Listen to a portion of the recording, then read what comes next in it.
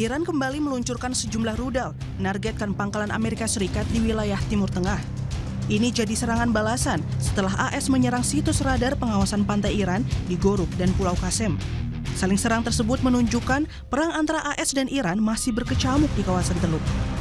Tapi di bagian belahan bumi lainnya, Trump tak mengakui saling serang antara kedua negara sebagai perang, melainkan hanya konflik militer dan sebuah latihan saat kampanye di Chippewa County, Wisconsin, Jumat lalu. Namun pada acara yang sama, Trump pun sempat bilang ia harus cepat-cepat pergi karena harus kembali melawan Iran. I call it that because it's really not that much of a war. But it's a military conflict. It's a practice. We'll go pretty quickly because I have to get back to fighting a war in Iran. Sementara itu, pemimpin tertinggi Iran, Ayatollah Mujtaba Khamenei, meminta rakyat Iran untuk berdiri teguh dan bersatu menghadapi skema perang hibrida oleh Amerika Serikat dan Israel.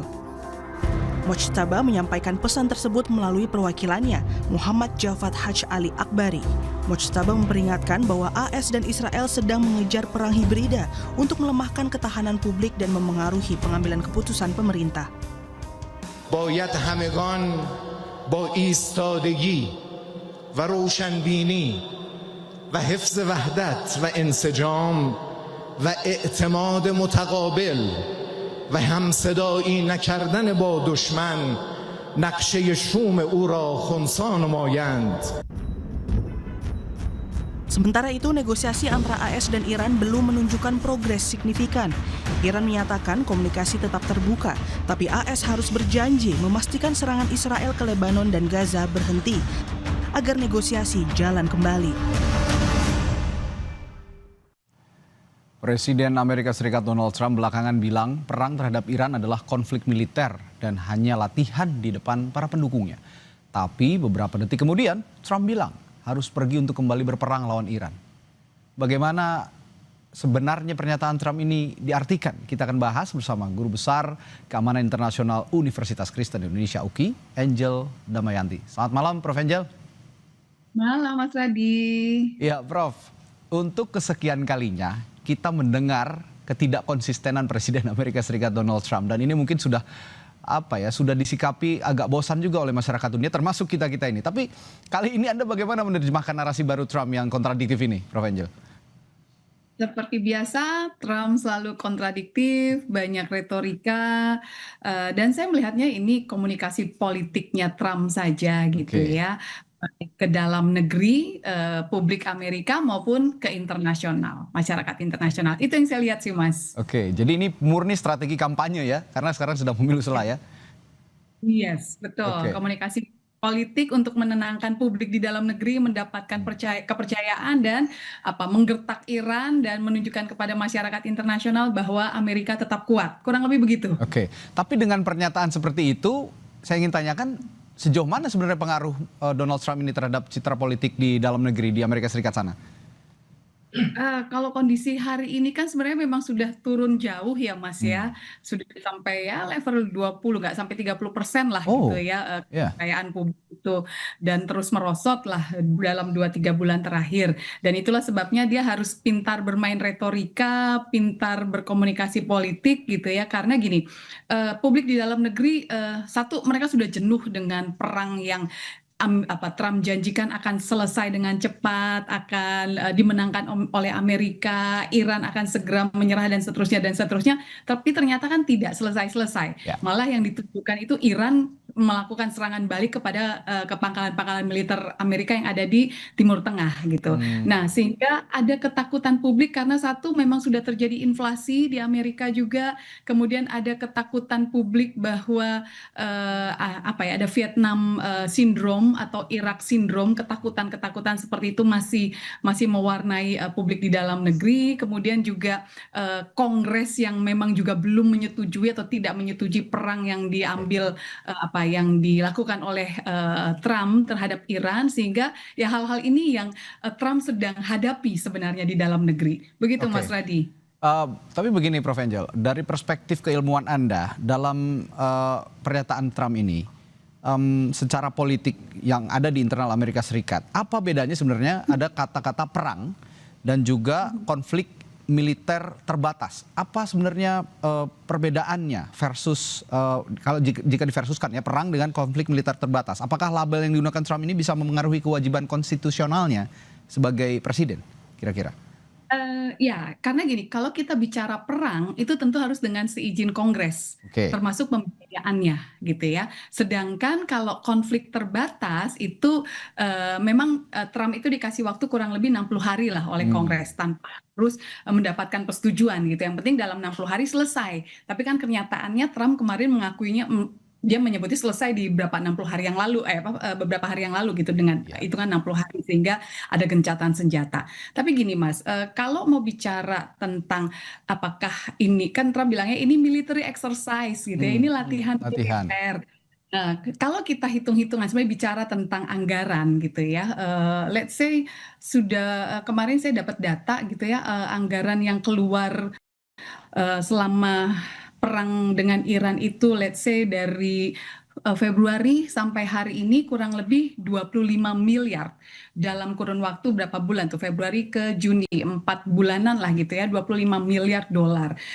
Padahal kalau mau bicara latihan militer, Amerika sebenarnya punya cukup banyak sih latihan militer di berbagai kawasan per tahun, kurang lebih 100-an gitu ya, termasuk kalau di Asia Pasifik dengan negara-negara di kawasan Asia Pasifik misalnya, itu ada namanya RIMPAC gitu ya. Nah kalau total seluruh latihan militernya Amerika itu dalam 1 tahun dengan kurang lebih 100 latihan militer itu juga totalnya sekitar 25-60 miliar dolar per tahun gitu. Sedangkan Iran ini hanya dalam beberapa bulan sudah 25 miliar dolar gitu. So ini nggak bisa lagi disebut sebenarnya latihan militer gitu karena biayanya sebenarnya cukup besar di Iran ini.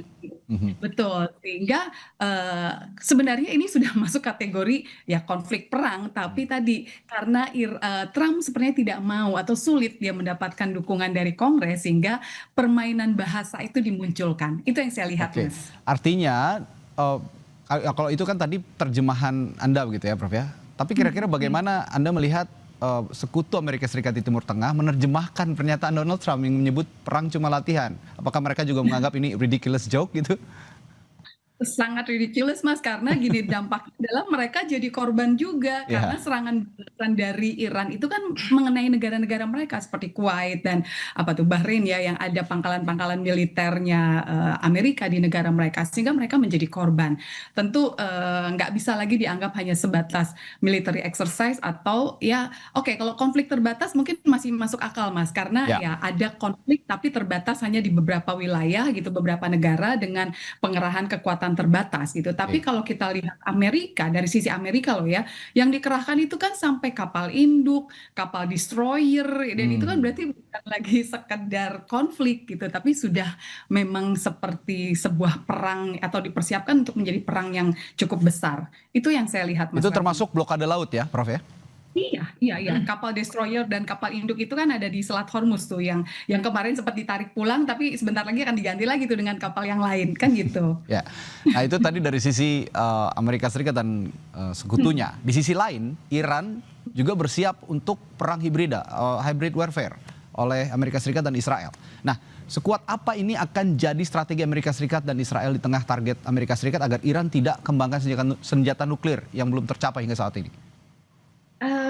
Iran itu kan ya kita sama-sama tahu lah ya tangguh dan target Iran itu sebenarnya bukan nggak harus menang perang gimana banget gitu tapi bertahan aja tetap lakukan strategi yang seperti sekarang ya serangan yang kecil-kecil sebenarnya dengan menggunakan drone dengan apa lagi gitu dia punya rudal balistik yang sebenarnya nggak besar-besar amat juga gitu kan plus dengan proksi-proksinya di beberapa tempat Iran lakukan itu saja selama ya let's say 3 bulan 4 bulan atau sampai November gitu ya Amerika pasti sudah cukup pusing tuh karena ada pemilu sela di dalam negerinya dan Trump harus sudah memikirkan strategi di dalam negeri gitu ya. Nah mungkin tantangan berat itu justru dengan Israel karena kan Israel sudah keluarkan statement tuh bahwa tanpa Amerika pun Israel bisa menghadapi Iran gitu ya. Nah ini yang justru mungkin kalaupun nanti misalnya Amerika menarik diri atau Amerika dengan berbagai macam alasan dia buat manuver dia tinggalkan Timur Tengah gitu. Nah ini yang masih akan terus berlangsung Mas, Israel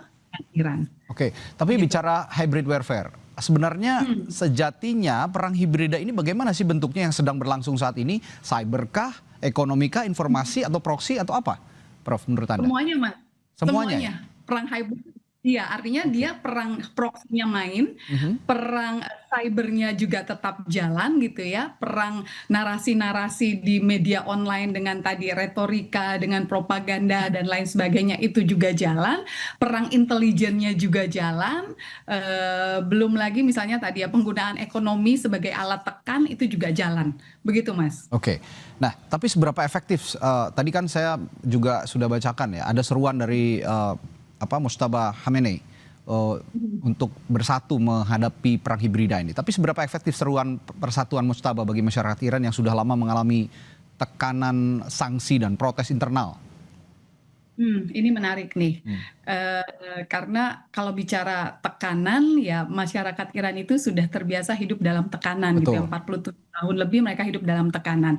Tapi inflasi Iran ini kan belakangan turunnya luar biasa ya Mas, sampai 250%, sehingga saya juga tidak tahu, artinya tidak bisa memastikan apakah ini memang cukup efektif dalam jangka waktu lama atau ini hanya bisa efektif ya maksimal beberapa minggu, beberapa bulan ke depan gitu, karena tekanan inflasi tadi yang sudah semakin tinggi.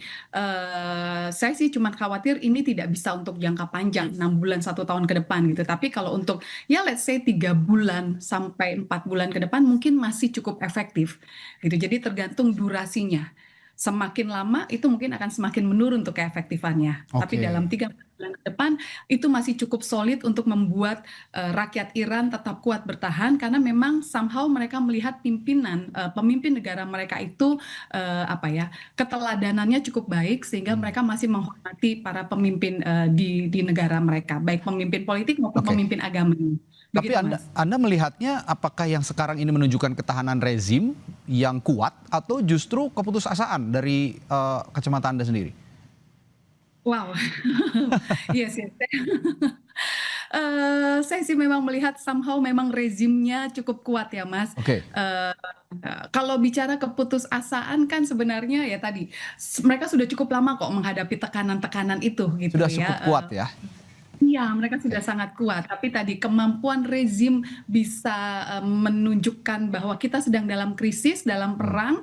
Mari kita bersama-sama menghadapi masalah ini, gitu. Nah, itu somehow menurut saya memang masih dihormati lah oleh masyarakat Iran. Begitu, Mas Radi. Dengan pernyataan yang kita anggap ridiculous tadi oleh Donald Trump, dari mulut Donald Trump, dan di satu sisi Mojtaba Khamenei menganggap ini sebagai awareness buat masyarakat Iran menghadapi perang hibrida.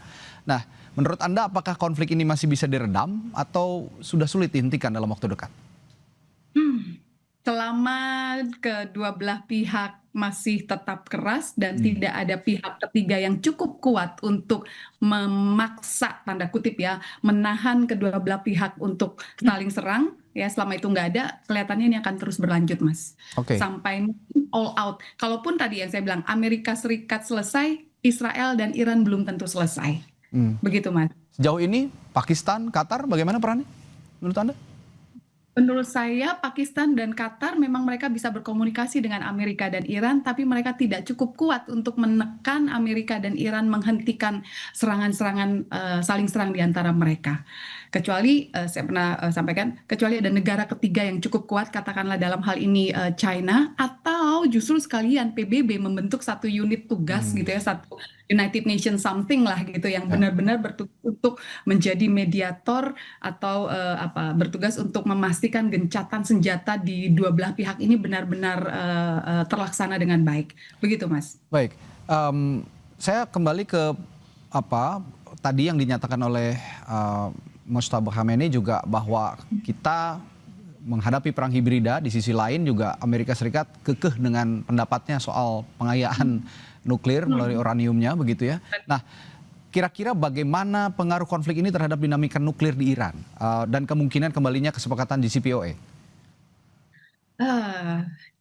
JCPOA sebenarnya bisa menjadi salah satu alat yang bagus untuk mengawasi ya pengayaan uranium. Dan sayangnya sebenarnya kan yang keluar dari JCPOA itu kan Trump pada masa kepemimpinan dia yang pertama itu di 2018 gitu ya. Kalau pada saat itu sebenarnya Trump tetap berlanjut menjadi bagian dari JCPOA, saya pikir ketidakpercayaan itu bisa diredam.